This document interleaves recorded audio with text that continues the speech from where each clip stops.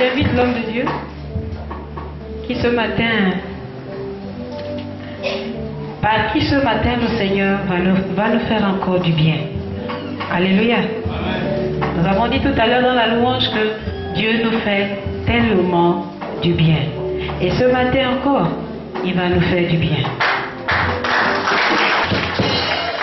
Bon, je crois que vous avez dansé, mais on va danser tout à l'heure mieux que cela. Veuillez d'abord vous asseoir. Alors, ce matin, ça va être un culte un peu spécial parce que ça va être un culte de puissance. Dis puissance. Puissance. Dis fortement. Puissance. Puissance. Je suis convaincu que c'est ce que je suis en train de dire. Alors, je voudrais que vous notiez, vraiment prenez la peine de noter ce que je vais dire, mais surtout à la fin de ce culte, procurez-vous le CD. Parce que les choses qui vont être dites, je crois que vous les avez jamais entendues. Je vais dire les choses dont le Saint-Esprit me demande de vous dire ce matin. Vous allez les comprendre autrement. C'est pourquoi c'est important de noter. Mais il ne suffit pas que de noter. À la fin, il faut vraiment se procurer ce CD pour que vous le réécoutiez. Alors, le thème de ma prédication ce matin, c'est l'arme fatale.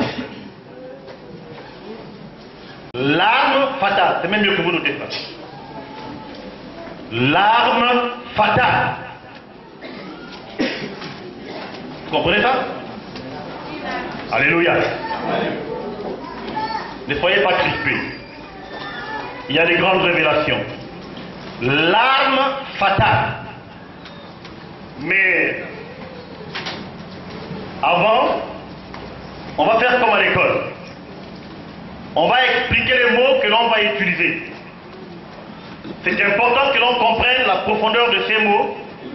Parce que lorsque je vais commencer à expliquer un certain nombre de choses, vous comprendrez mieux parce que vous aurez déjà compris les mots qui vont être utilisés par le Seigneur dans la Bible. L'arme fatale. Alors, l'arme, tout le monde connaît, il n'y a pas de problème. C'est quelque chose dont on se sert pour combattre.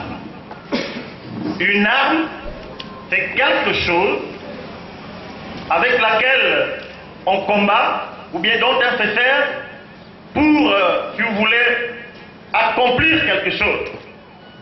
C'est une arme. La fatalité, c'est quelque chose d'évident. Quelque chose d'évident. Une fatalité signifie que ça va arriver. Par exemple, la mort, elle est fatale. C'est une destinée. C'est-à-dire qu'on le veuille ou pas, c'est programmé et ça va arriver. C'est inévitable. Vous comprenez ça? Amen. On va mélanger maintenant. Arme fatale. C'est-à-dire, c'est ce qu'on va utiliser pour combattre. Et donc, il y a un but qui va forcément être atteint, qu'on le veuille ou pas. Arme fatale. C'est l'arme qui ne soigne pas. C'est l'arme avec laquelle on accomplit, si vous voulez, ce dont on voudrait accomplir. Et ça ne peut pas rater. Donc c'est déjà prédestiné, c'est préparé. C'est quelque chose qui est déjà programmé pour réussir. Dites réussir. L'arme fatale. Alors, voici les deux autres mots que l'on va utiliser dans le texte. Le torrent. Le torrent, j'ai vu ce matin dans le Larousse, c'est un cours d'eau violent. C'est un cours d'eau généralement qui est en montagne, un torrent. Un cours d'eau dont le débit est violent. c'est-à-dire l'eau coule vite. Et dans cette violence, il y a une puissance d'érosion, c'est-à-dire ça peut percer. Alors, dans cette violence, il y a, on va prendre le mot façonner. L'eau va fabriquer quelque chose, va façonner. C'est qu'elle trouve dans son cours d'eau, dans son cours, allez-je dire, c'est qu'elle trouve pierre, bois et autres. Si vous mettez un arbre dans de l'eau, dans un torrent, quelques années plus tard, l'eau là aurait déjà travaillé.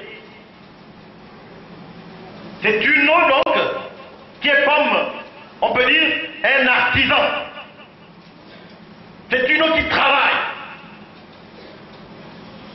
Et je voudrais que l'on comprenne que l'eau est le symbole de la vie.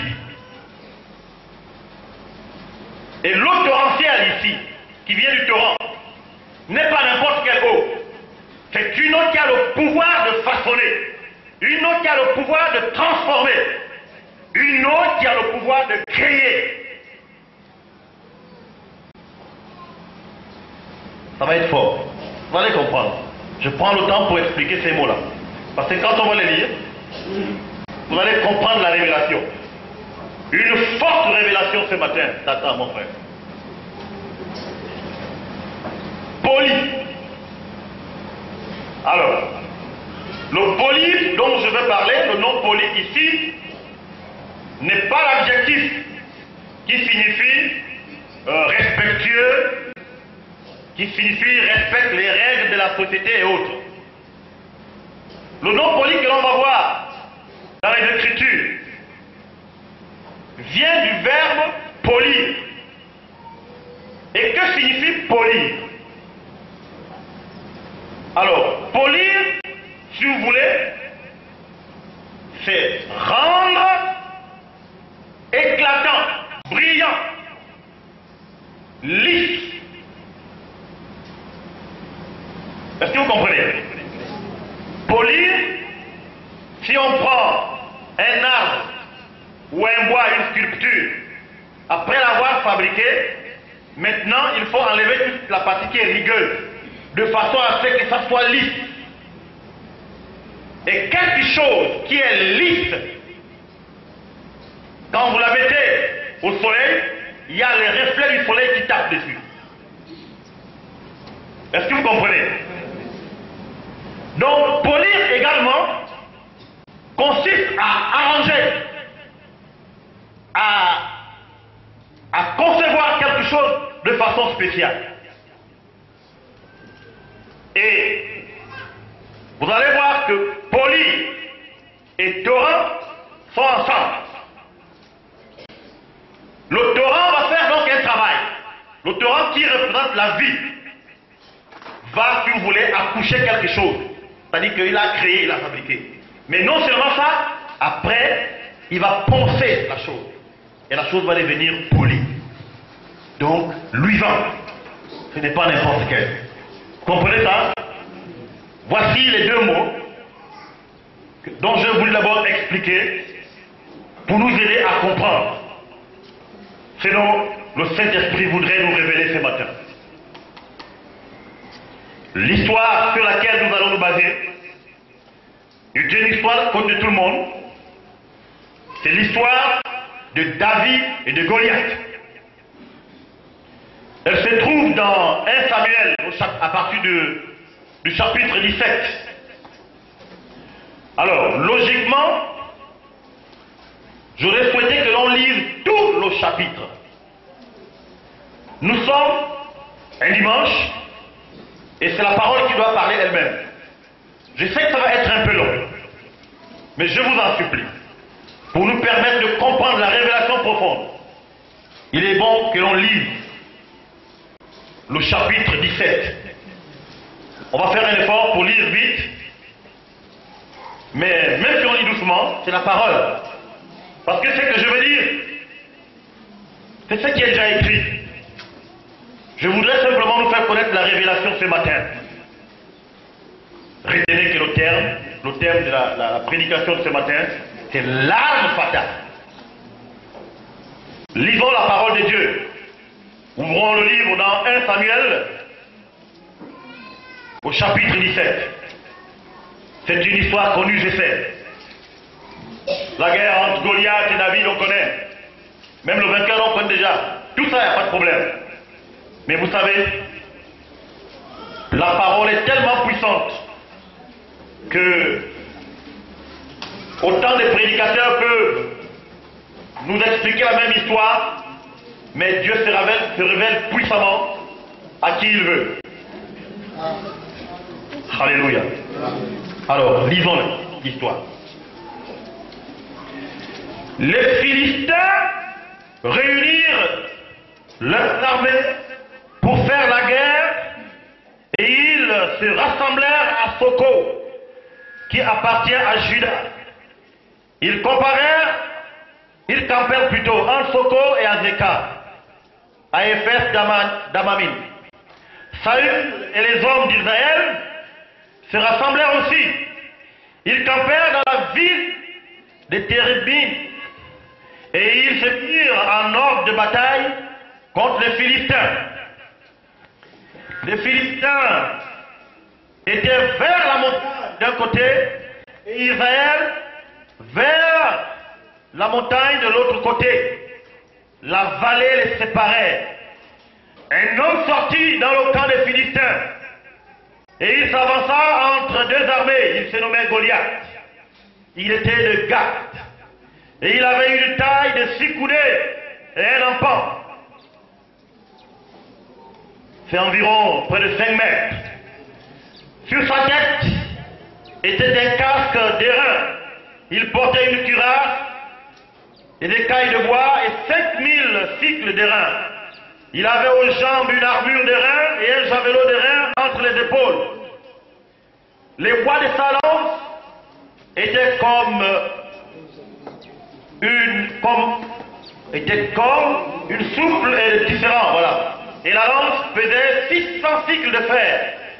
Celui qui portait son bouclier marchait devant lui.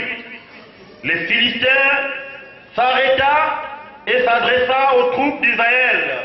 Rangés en bataille, il leur cria: pourquoi sortez-vous pour vous ranger en bataille? Ne suis-je pas le Philistin? Et n'êtes-vous pas des esclaves de Saül? Choisissez un homme qui descende contre moi. S'il peut me battre et qu'il me tue,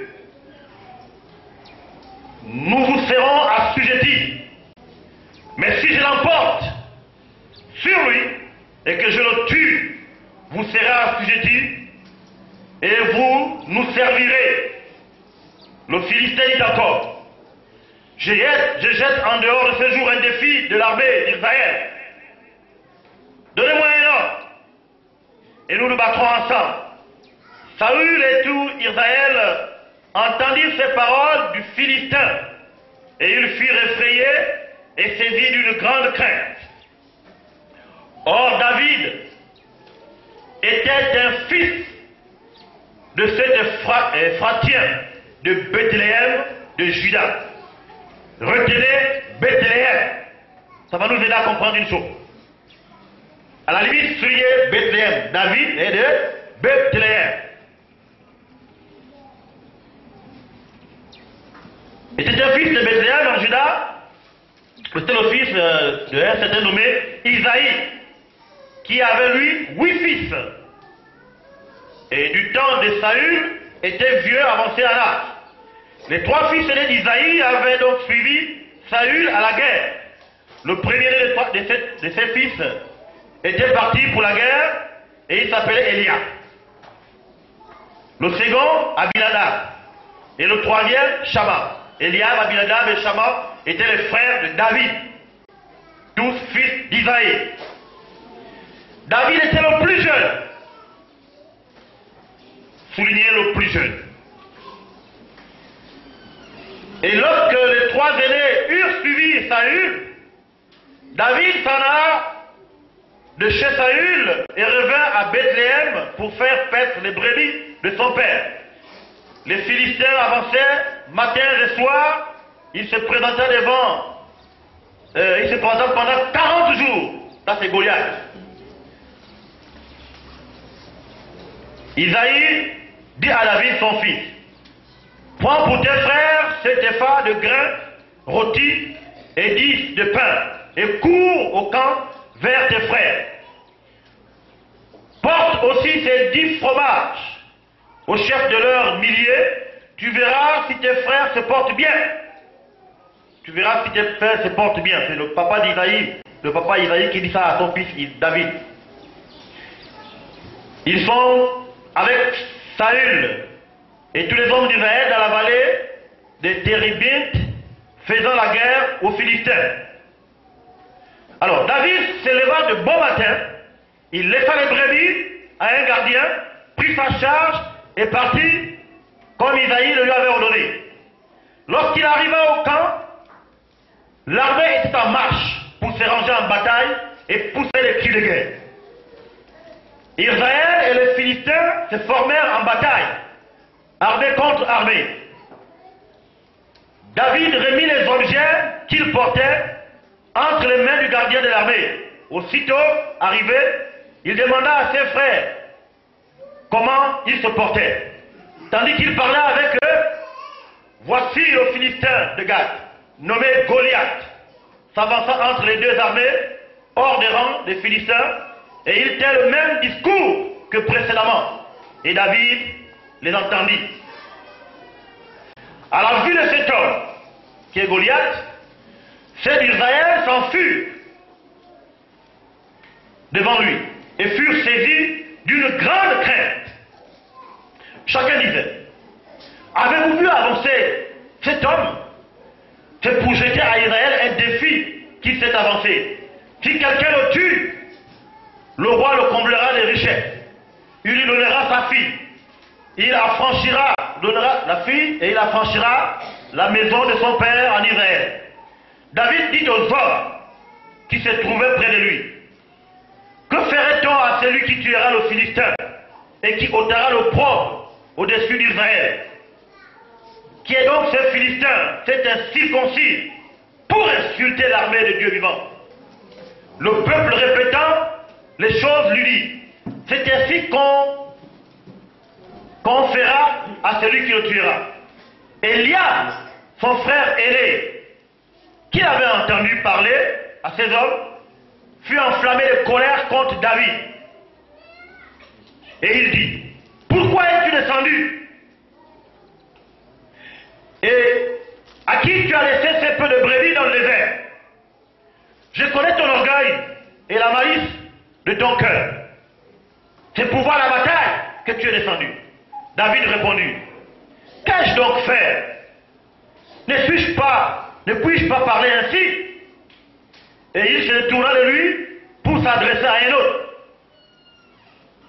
Et fit les mêmes questions. Le peuple lui répondit comme la première fois. Lorsqu'il eut entendu les paroles prononcées par David, on les répéta devant Saül, qui le fit chercher. David dit à Saül, que personne ne se décourage à cause de ce Philistin. Vous soulignez ça. Que personne ne se décourage à cause de ce Philistin. Saül dit à David, tu peux aller te battre avec ce Philistin, homme de guerre, dès sa jeunesse, faisant paître, excusez, hein? Tu peux aller te battre avec ce Philistin, car tu es un enfant.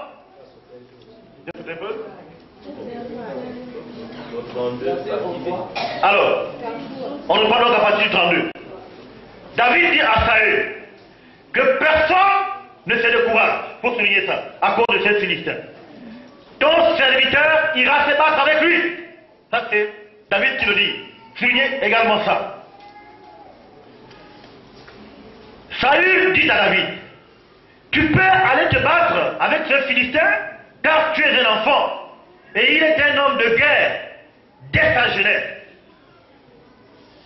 David dit à Saül, ton serviteur faisant paître les brebis de son père, et quand un lion ou un ours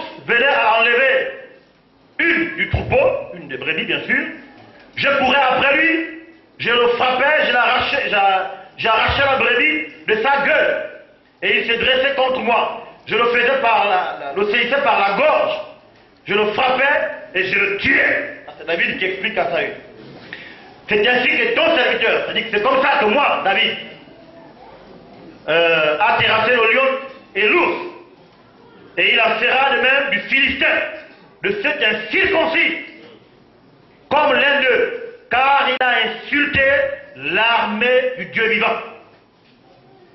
David dit encore, l'Éternel qui m'a délivré de la griffe du lion et de la patte de l'ours, me délivrera aussi de la main de ces Philistins.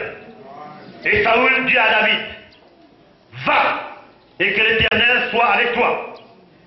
Saül fit mettre ses vêtements à David, il plaça sur sa tête un casque d'airain et le revêtit d'une cuirasse. David ceignit l'épée de Saül par-dessus ses habits et voulut marcher, car il ne savait pas encore, il n'avait pas encore essayé. Mais il dit à Saül, je ne puis marcher avec cette armure. Vous soulignez ça aussi. Je ne puis marcher avec cette armure. Je ne suis pas accoutumé.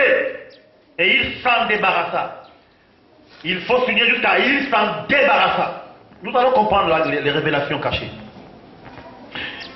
Alors, il prit en main son bâton, choisi dans le torrent. Le torrent. Vous connaissez déjà l'explication du torrent. Il choisit dans le torrent. Attendez que je me retrouve. Vous savez, on est 40, hein. Il prit en main son bâton, choisit dans le torrent 5 pierres. Encadré 5 pierres. Le reste, je dis souligner. Mais encadré maintenant 5 pierres. Vous encadrez ça. C'est votre livre de travail. Ça va vous aider. Il prit 5 pierres polies. Jusqu'à polies. Vous avez vu le mot poli, n'est-ce pas? On vient de l'expliquer. Il prit 5 pierres polies.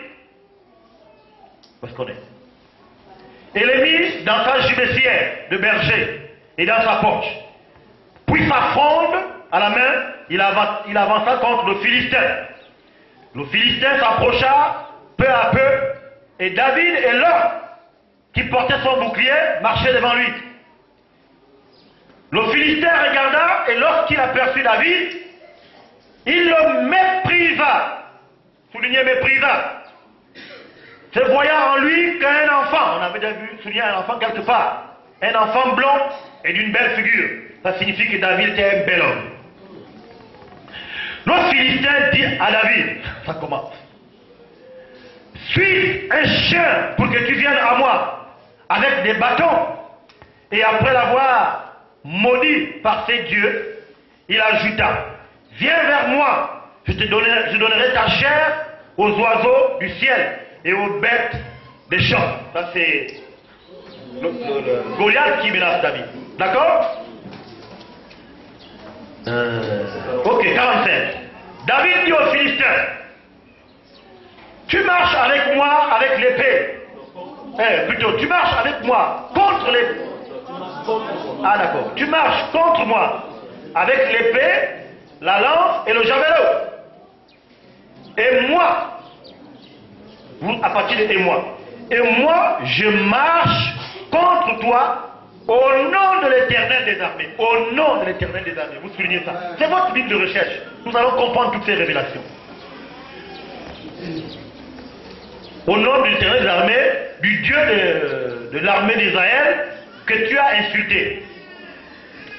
Aujourd'hui, l'Éternel te livrera entre mes mains. Je t'abattrai. Il parle avec assurance. Et je te couperai la tête.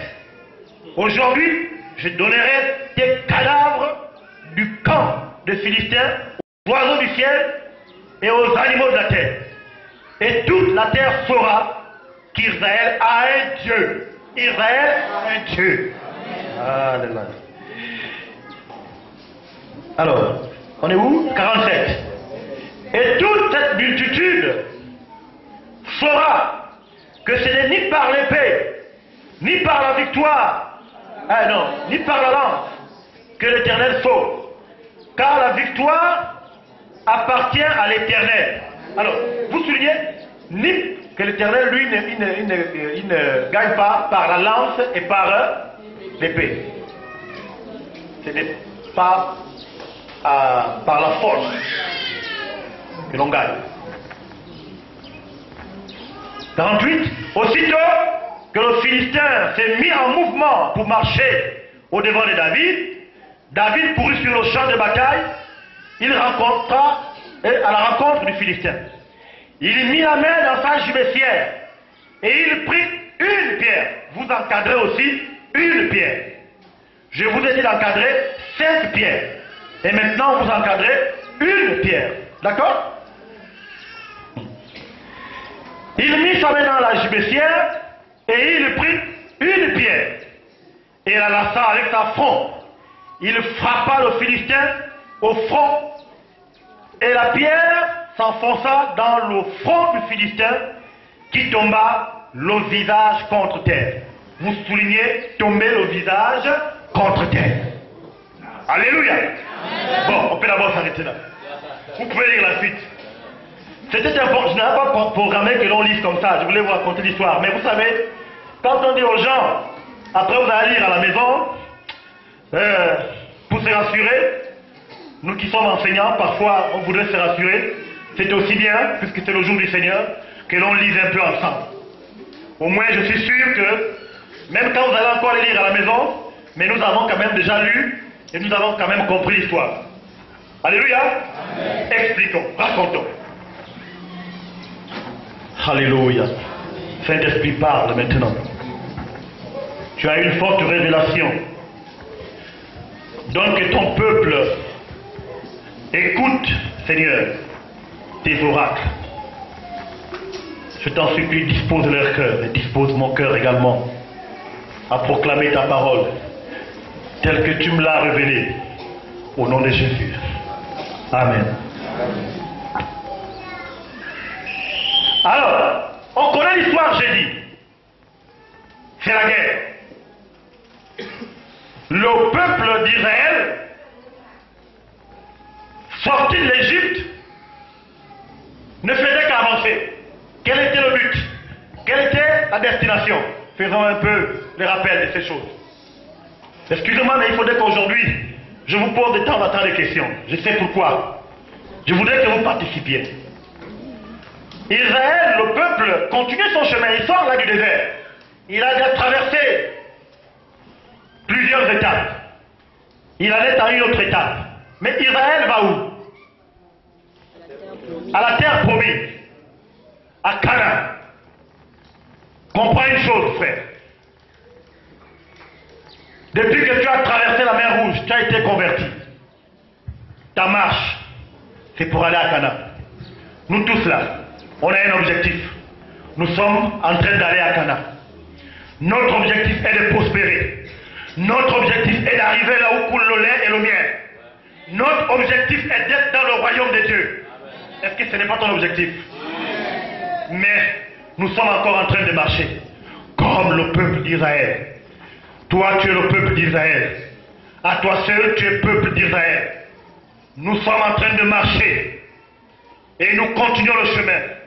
Le peuple d'Israël, dans sa marche, à cette époque bien précise, se retrouve avec pour quelqu'un à la tête qui s'appelle Saül.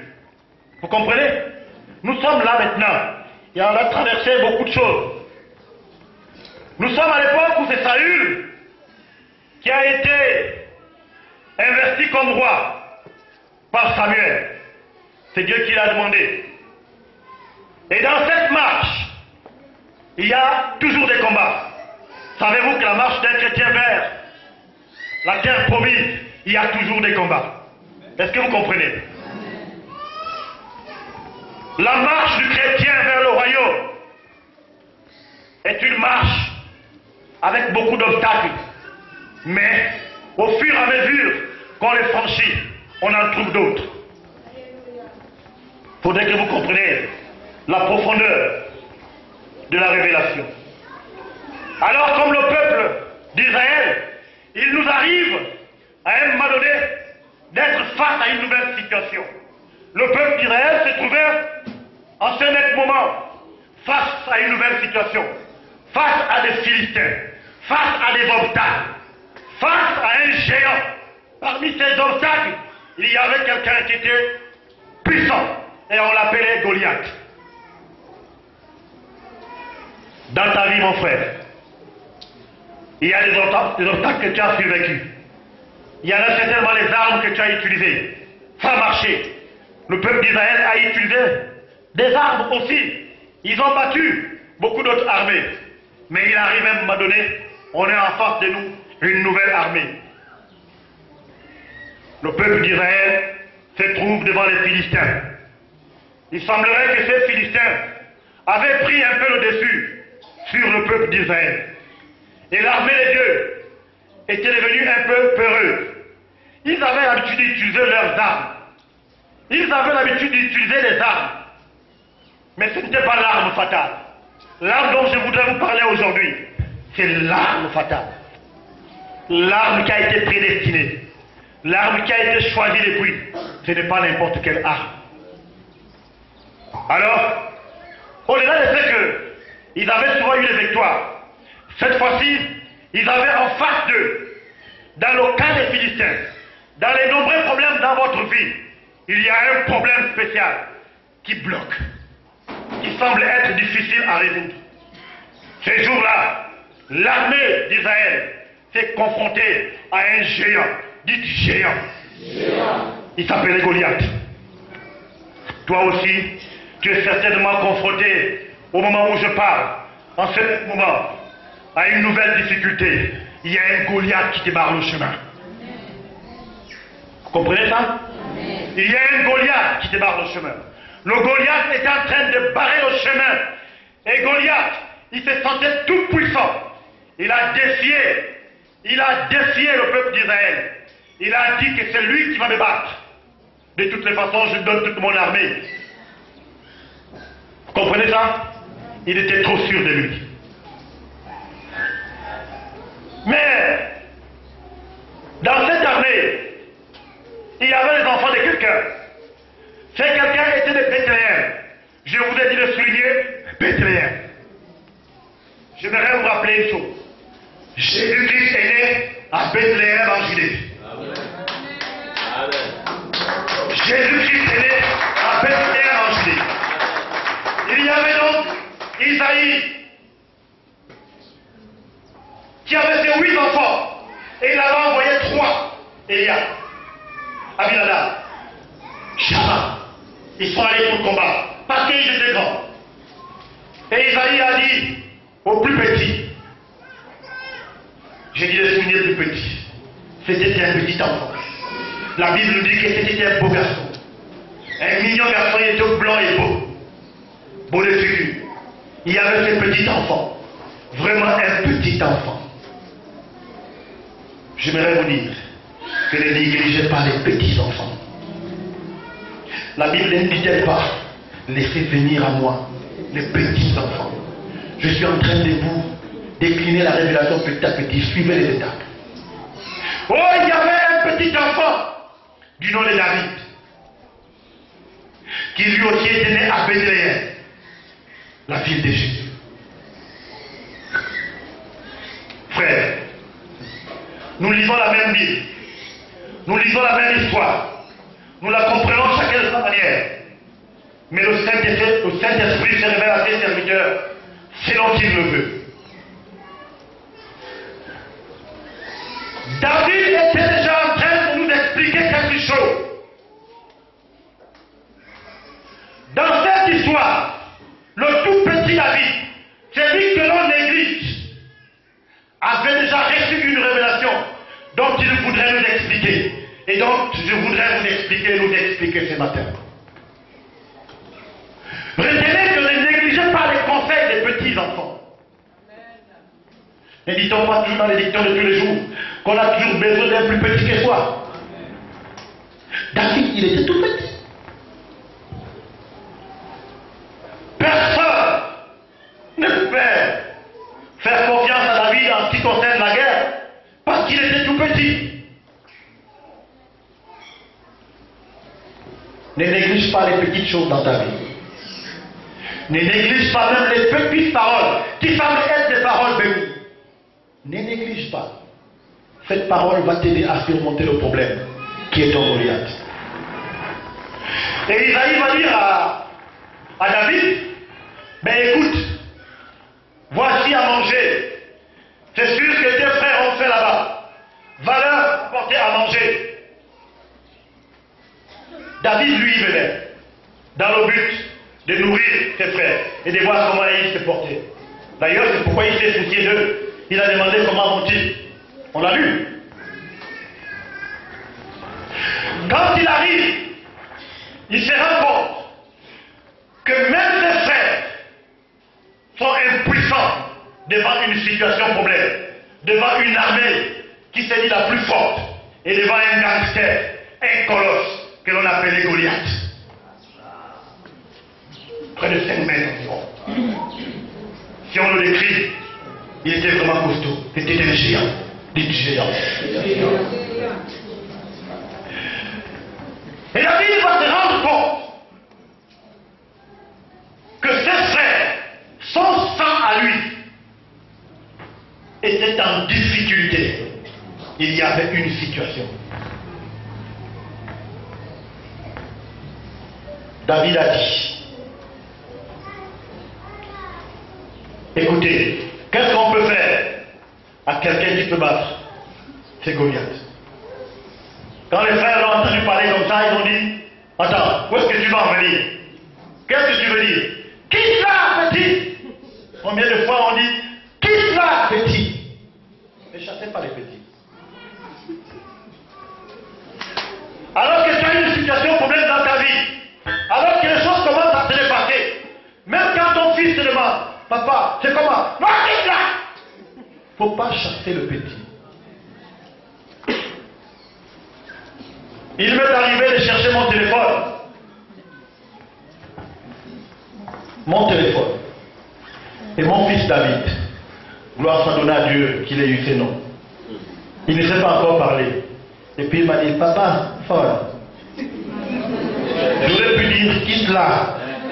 Mais c'est lui qui m'avait dit là où se trouvait le téléphone. Il ne faut jamais négliger les petits. Et les frères David ont dit, on connaît ton orgueil, on connaît ton comportement. N'amène pas ta façon tes histoires là ici. Qu'est-ce que tu veux parler? Tu connais qui est Goliath?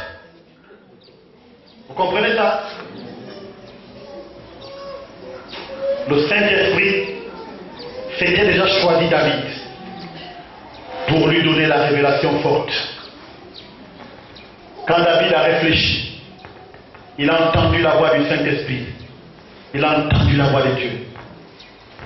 Il a dit, viens à moi. David est allé chez Dieu. David est allé chez Dieu. Prenons le Torah comme l'image de Dieu. Je vous ai dit tout à l'heure que le Torah, ici, le cours de Torah, fabriquait des choses. Vous comprenez? David n'est pas allé n'importe où. Il est allé chez Dieu. Parce que l'eau, c'est la vie. Parce que l'eau, c'est le symbole de la purification. Parce que l'eau, ici, ce n'est pas écrit dans la Bible, mais c'est Dieu qui me fait dire comme ça. C'est la révélation. C'était Dieu. Parce que Dieu avait programmé quelque chose. Dieu lui a dit, viens vers moi. Je vais te donner quelqu'un. C'était, si vous voulez, la préparation, l'annonce de ce que on ne peut combattre ni par la force, ni par la chair, comme disent les Écritures, mais par la puissance de l'Esprit de Dieu. Alors j'en dis que vous comprenez la révélation. Mais vous allez comprendre. David est allé dans un torrent. Il y avait des pierres partout. Il y avait des pierres. Il allait chercher des pierres, vous allez comprendre. Il est allé au torrent. Les pierres, il y en avait partout, il était dans une montagne. Vous comprenez avec moi? Il n'est pas allé dans un torrent pour rien. Il fait partie des bienfaits spirituels. Il a reçu la révélation. Il est allé près de Dieu. Et il a dit, donne-moi l'arme qu'il faut. Vous savez ce que Dieu lui a répondu? Il a dit, ce n'est pas avec les vieilles armes. Ce n'est pas avec le joli que tes frères ont utilisé là. Écoutez, dans les problèmes que vous avez certainement résolu les problèmes, les situations de problèmes dans votre passé, avec vos armes à vous, avec peut-être les zombies, avec peut-être les médicaments, ça a peut-être marché. Mais vous êtes encore là, confronté à un problème. Il y a Goliath qui vous barre le chemin. Je ne sais pas le Goliath que tu as. Dieu a dit à David que quand tu seras à côté de Saül, lorsqu'il va te dire, mon fils, regarde, nous les dieux là, on a toujours combattu avec les zombies. Écoutez, dans cette vie là, lorsqu'on a des problèmes, il y a toujours quelqu'un qui nous dit, mais vous avec votre Dieu là, regarde, c'est cette feuille là qui a souvent marché. C'est avec ça que j'ai toujours travaillé. Tes petits frères là, ils ont grandi là, c'est grâce à ça. Attache l'os de tête ici, attache la plume de machette là. Ça c'était les vieilles armes. Dieu, est-ce qu'ils comprennent?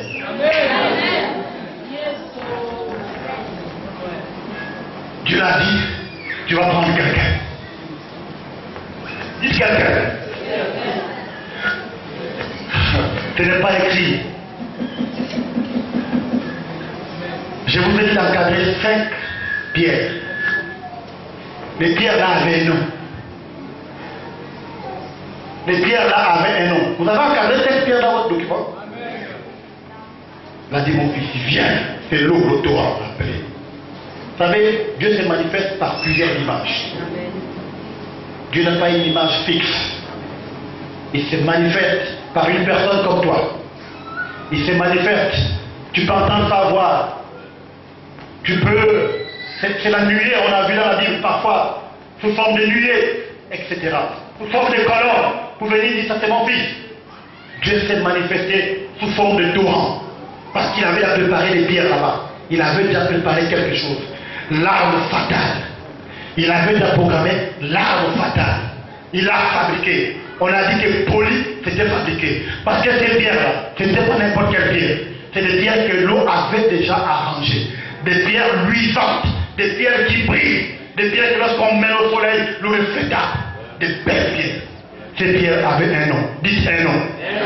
Il a commencé la première pierre. Dites J. Oh, il n'a pas compris. Il a ramassé la première pierre d'abord. Il a ramassé la pierre qui s'appelait J. Dites J. Dites J. Après, il a ramassé une deuxième pierre qui s'appelait E. Dites E. Il a ramassé la troisième pierre qui s'appelait S. Dites S. Et puis une troisième, la quatrième pierre qui s'appelait U. Et la cinquième pierre qui s'appelait S. Et il a formé une autre pierre. La pierre s'appelait Jésus-Christ de Nazareth. Jésus-Christ de Nazareth. Jésus-Christ de Nazareth. L'âme du fatal. L'âme du fatal. La Bible nous dit, écoutez bien. Écoutez bien. Vous avez signé saint. Ce n'est pas écrit. Le Seigneur me l'a dit. C'était préfabriqué par le torrent. Jésus n'est pas n'importe qui. Jésus c'est quelqu'un qui n'avait pas les tâches. Une pierre polie. Une pierre qui n'avait aucun problème. Préparée par le torrent. Et puis la fabriqué. Oh! Alléluia. Il a pris les 5 pierres. Il a mis J, E, S, U, I dans sa judiciaire. La pierre s'est mélangée. Elle est devenue une seule pierre. Quand il a utilisé, elle était plus 5. C'est devenu une. C'est devenu Jésus-Christ de Nazareth. La Bible dit qu'il ne combattait pas par la force. C'est au nom de Jésus. L'autre a dit que toi tu viens avec les langues. Donc les choses fortes. Lui il a dit je ne viens pas avec les choses fortes. Je viens avec la parole de Dieu. Je viens avec une personne qui s'appelle Jésus. Tu vas pas. Il a pris Jésus. Il a calculé. Il a visé. Jésus est parti au fond. Et lorsqu'il est tombé, il a commencé à prier.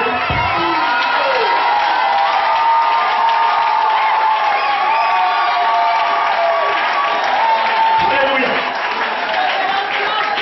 Écoutez, lorsque vous prenez une nouvelle arme, qu'on appelle l'arme fatale, Saoul lui a dit, laisse-moi d'abord ça. Regarde les armes. Regarde les choses des gangas. Regarde les feuilles. Regarde ce qu'on attache. Il a voulu prendre. Il a regardé. Dieu a dit non, c'est pas ce que je t'ai dit. Laisse les feuilles. Laisse le corps qu'on attache. Ça a eu une poignée de vie. Ça a eu une poignée de ganga. Ça a eu une poignée fétiche. Moi j'ai une seule et unique arme. L'arme fatale. Et Jésus-Christ de Nazareth.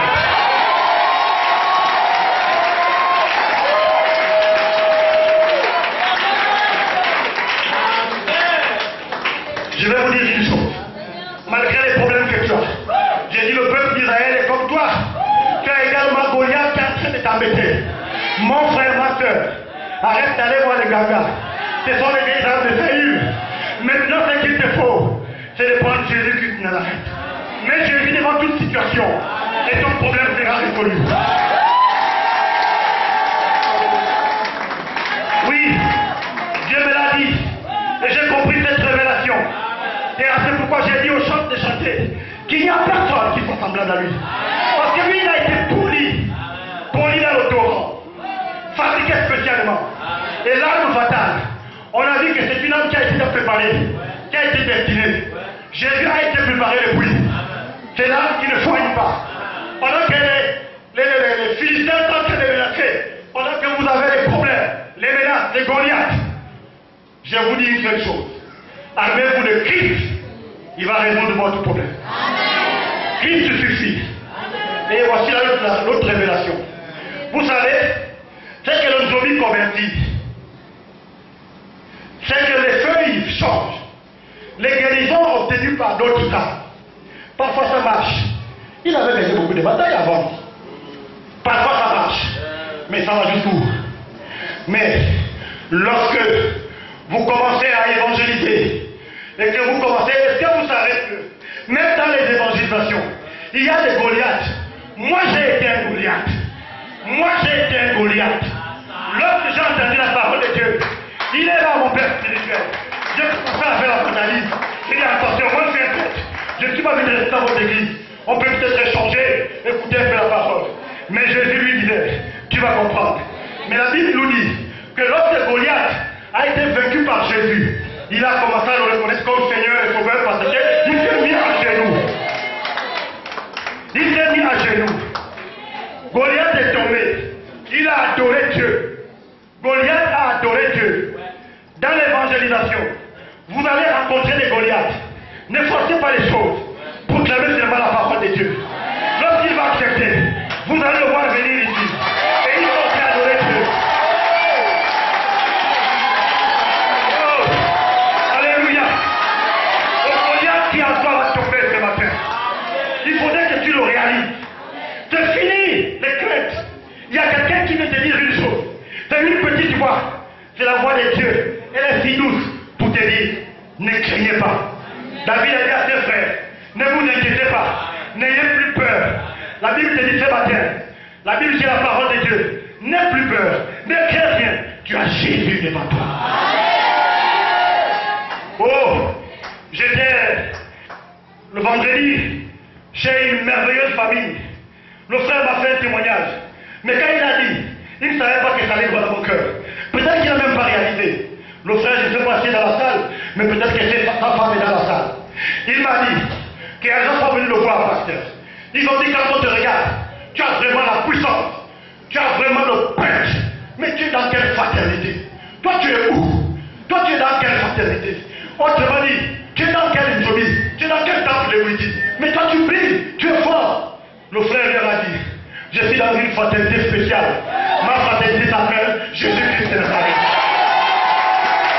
Oh, alléluia. Tu n'as pas besoin de t'inquiéter. Tu as besoin de mettre Dieu devant toi. Voilà le Goliath qui t'embête peut-être. Au niveau de ton travail, tu n'arrives pas à trouver le travail. Ne parle pas voir dans le moulin pour te faire des petites feux. Ça, ce sont les armes de Saül. C'est des armes de passé. Et quand ça marche avec ton camp. Tu n'as pas besoin d'aller faire le médicament à ton chef.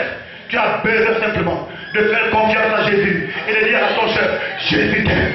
Et tu verras, un jour, le travail, tu vas l'obtenir. Oui, ton Goliath, c'est peut-être ton mari. Parce que tu penses qu'il n'arrive pas à se convertir. Ou alors il ne te comprend plus du tout. Il est Goliath. Il freine les choses.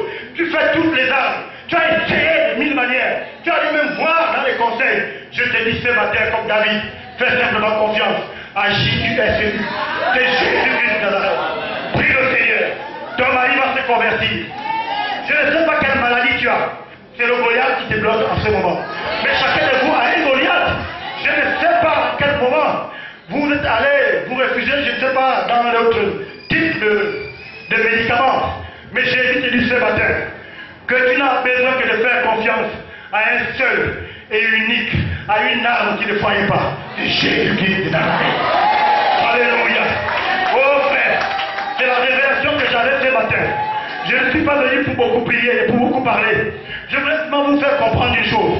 Qu'il y a une arme fatale, une arme qui ne soigne pas. Tu n'as pas besoin de trop t'inquiéter, quel que soit le type de problème, quelle que soit la qualité des Philistins qu'il y a devant toi. Écoute, lorsque tu vas battre le plus grand problème qu'il y a là, les petits problèmes aussi vont commencer à fuir.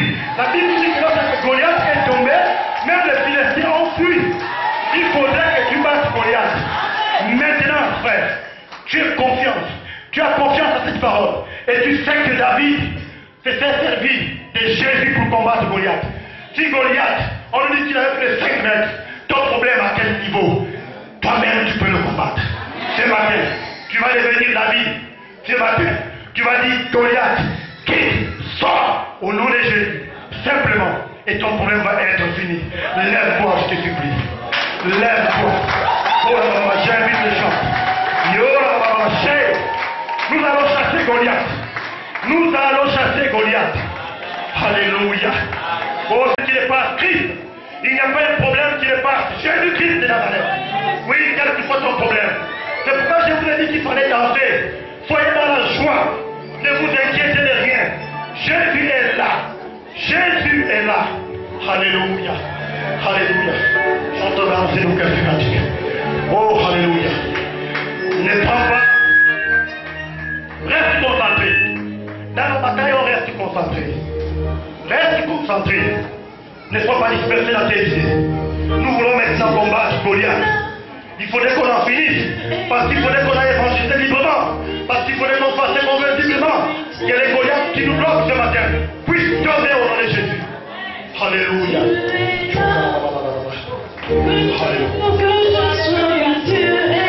Attendez ces paroles. Oui, c'est là.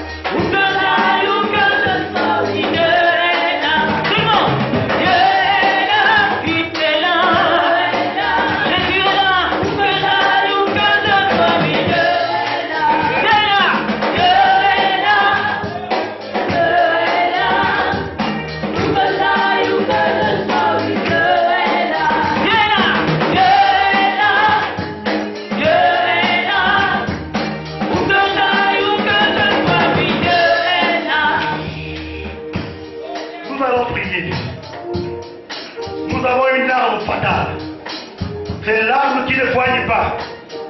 Nous avons vu que Dieu a inspiré son fils David. Dieu t'inspire ce matin. Il te dit ne t'occupe pas des armes que l'on te présente. Tu as besoin de faire confiance simplement à Christ.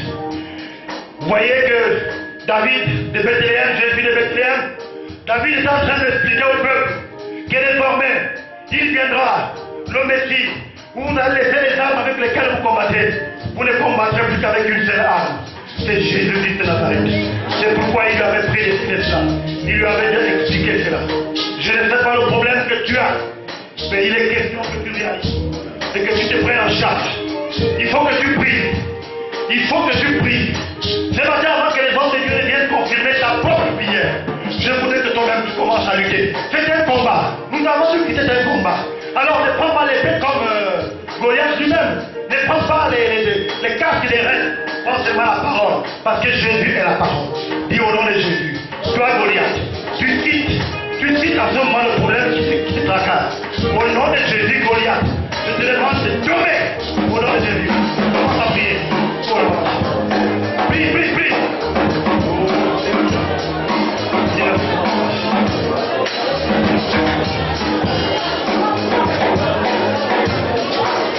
Seigneur, je sais que tu es là. Tu es prêt?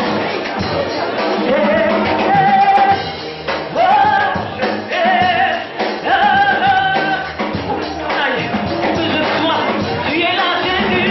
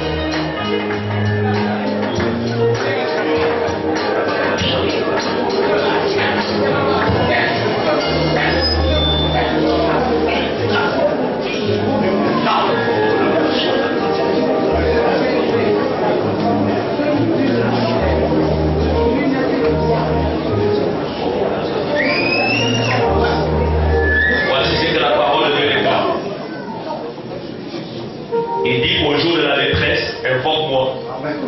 Je te répondrai et tu me glorifieras. Alléluia.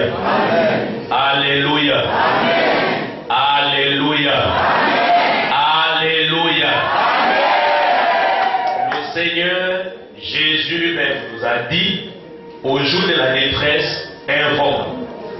Alors que pendant que Goliath est planté devant toi, ou devant moi, le Seigneur dit, au jour de la détresse, invoque-moi, dit Jésus. Je te répondrai et tu me glorifieras.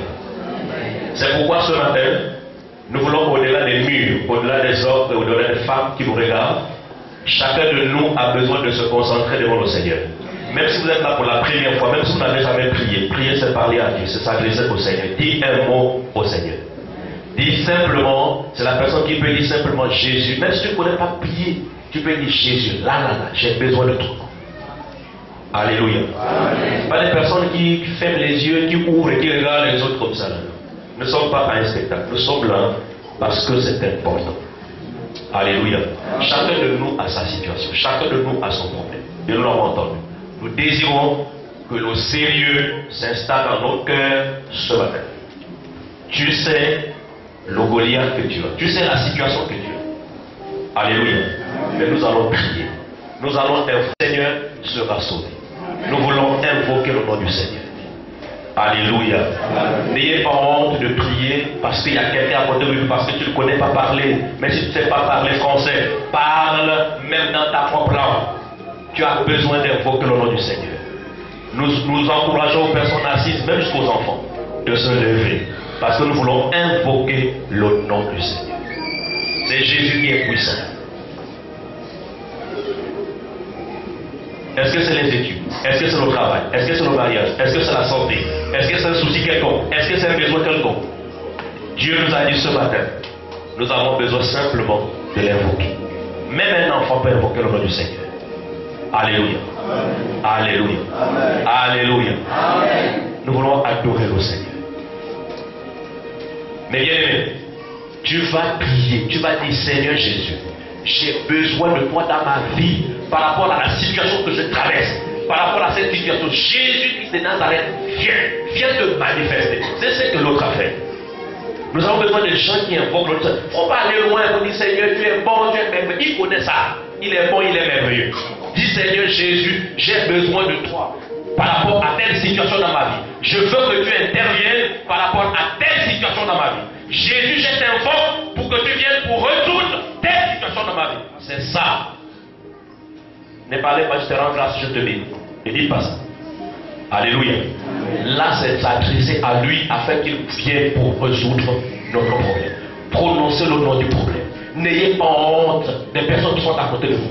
Prononce le nom du problème. Si c'est une situation difficile par rapport au travail, Seigneur, par rapport au travail, là, je veux Jésus que tu interviennes. Je t'invoque Jésus, interviens. Si c'est quelqu'un qui est malade, Seigneur, par rapport à telle maladie, par rapport à telle situation, Seigneur, interviens. Je ne sais pas exactement le problème que tu as. Le Seigneur sait le problème que j'ai. Le Seigneur sait le problème que tu as. Alléluia. Nous ne voulons pas voir des gens qui regardent à gauche, non. Nous voulons voir des gens qui prient. Tout le monde est en prière. Chacun invoque le nom du Seigneur. Si tu vois que la personne, la position qui te plaît, c'est même d'allonger, reste allongé. Si tu vois que la position qui te plaît, c'est de te mettre à genoux, reste à genoux. Parce que ce matin, nous voulons invoquer le nom de Jésus, utiliser l'arme fatale qui est le puissant nom de Jésus. Ce nom est puissant et il est capable de changer les choses. Il est capable de changer les choses. Ce matin, c'est celui qui a la foi pour utiliser le nom de Jésus. Le nom de Jésus va venir ce matin pour résoudre son problème. Jésus-Christ est Seigneur. Il est sorti du tombeau. Il est Seigneur. Tout genou fléchira, toute langue confessera que Jésus est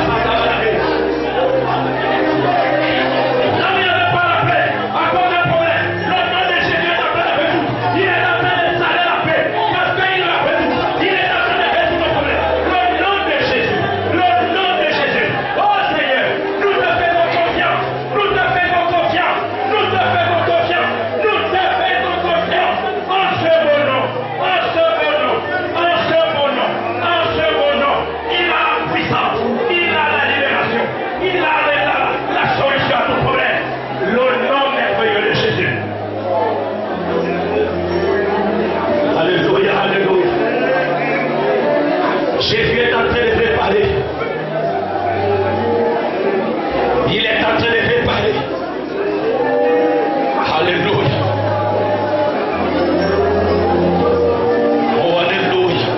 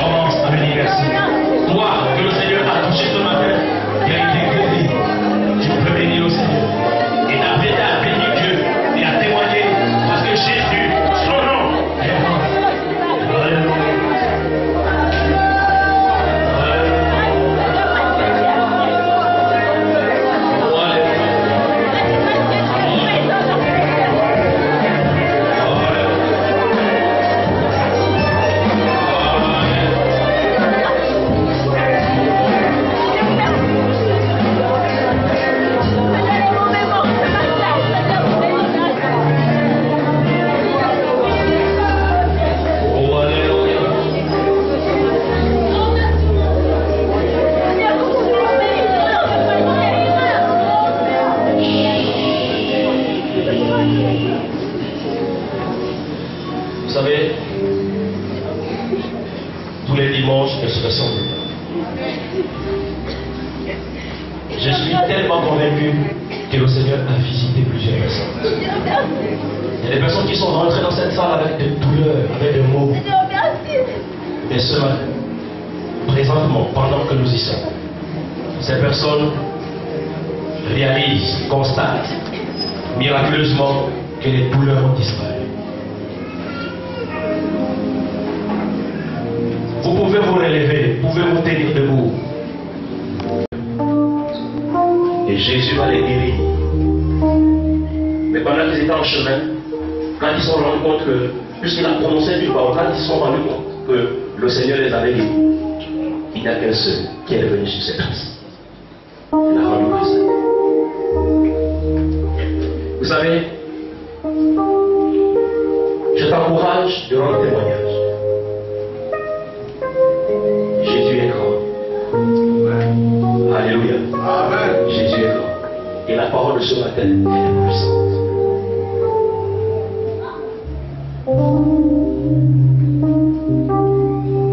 Je veux que tu t'apprêtes à bénir le Seigneur.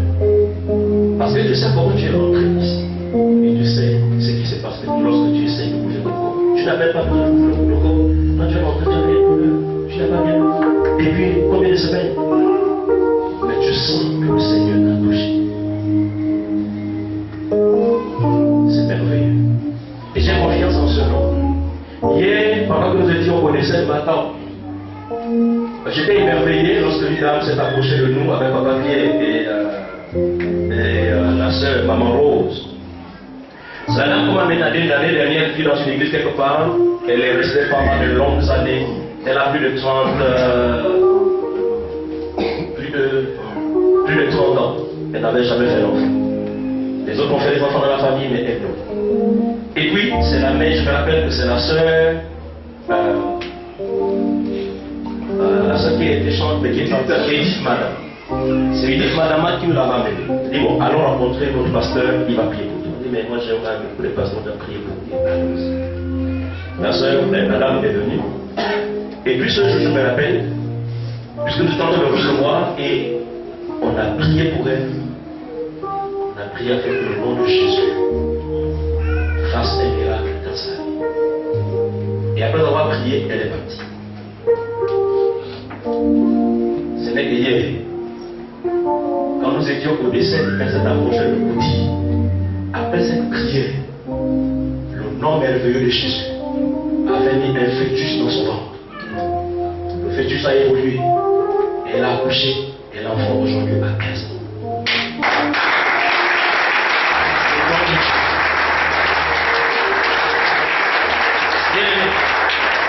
Le nom de Jésus qui a été enseigné, proclamé, il n'a pas été proclamé en vain. Quel que soit le nom de la situation que tu as, est-ce que c'est la santé? Est-ce que c'est le travail? Est-ce que c'est une situation qui a un nom? Je ne sais pas.